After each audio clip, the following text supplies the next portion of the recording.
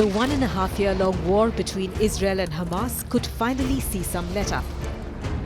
A US plan for Gaza, guaranteed by President Donald Trump and mediators Qatar and Egypt, is bringing both warring parties to nearly the same page. But will it finally come through? President Donald Trump's special envoy Steve Witkoff expressed optimism about brokering an agreement to halt the war and return more hostages. According to Reuters, which accessed the blueprint, the new deal proposes a 60-day ceasefire. Within the first week of the ceasefire, 28 Israeli hostages, alive and dead, will be released. The plan, as per Reuters, also mentions that the remaining Israeli hostages will be released after a permanent ceasefire is implemented. As per the latest proposal, Israel will release 125 Palestinian prisoners sentenced to life and 1,111 prisoners who were detained after Hamas's October 7 attack. Additionally, Israel will also release the mortal remains of 180 dead Palestinians. The newly proposed ceasefire plan also includes sending aid to Gaza as soon as Hamas signs off on the latest agreement. Once the ceasefire agreement is implemented, the Israeli military operation will also cease.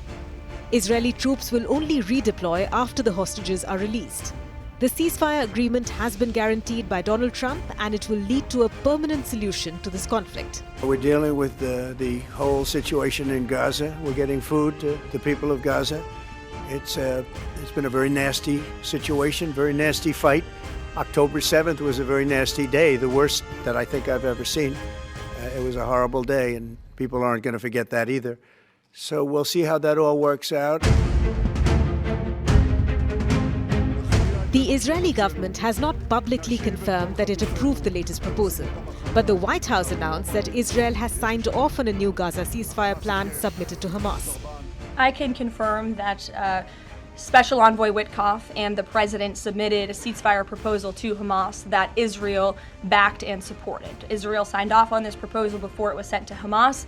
I can also confirm that those discussions are continuing, and we hope that a ceasefire in Gaza will take place so we can return all of the hostages home, and that's been a priority from this administration from the beginning. I won't comment further as we are in the midst of this right now.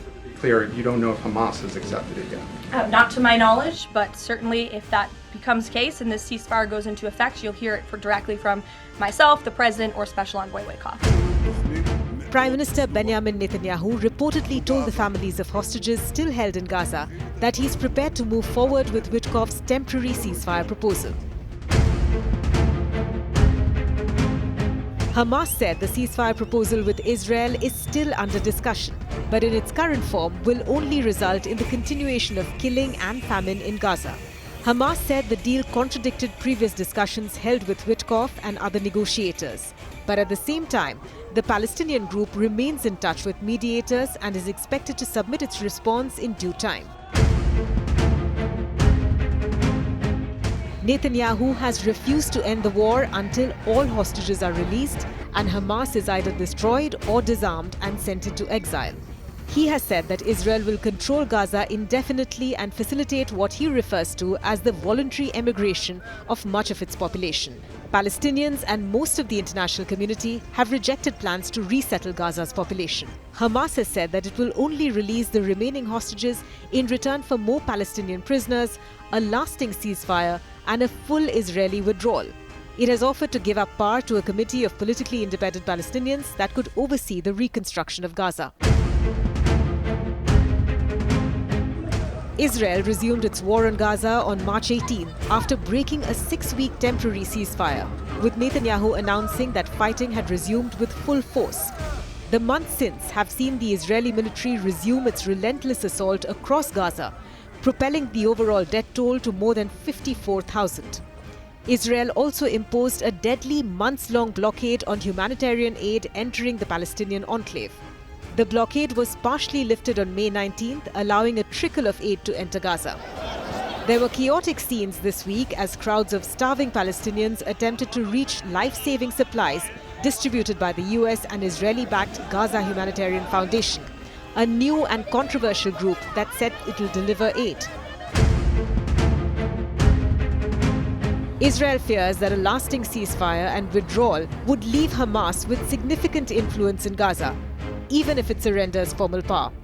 With time, Hamas might be able to rebuild its military might and eventually launch more October 7th-style attacks. Netanyahu also faces political constraints. His far-right coalition partners have threatened to bring down his government if he ends the war too soon.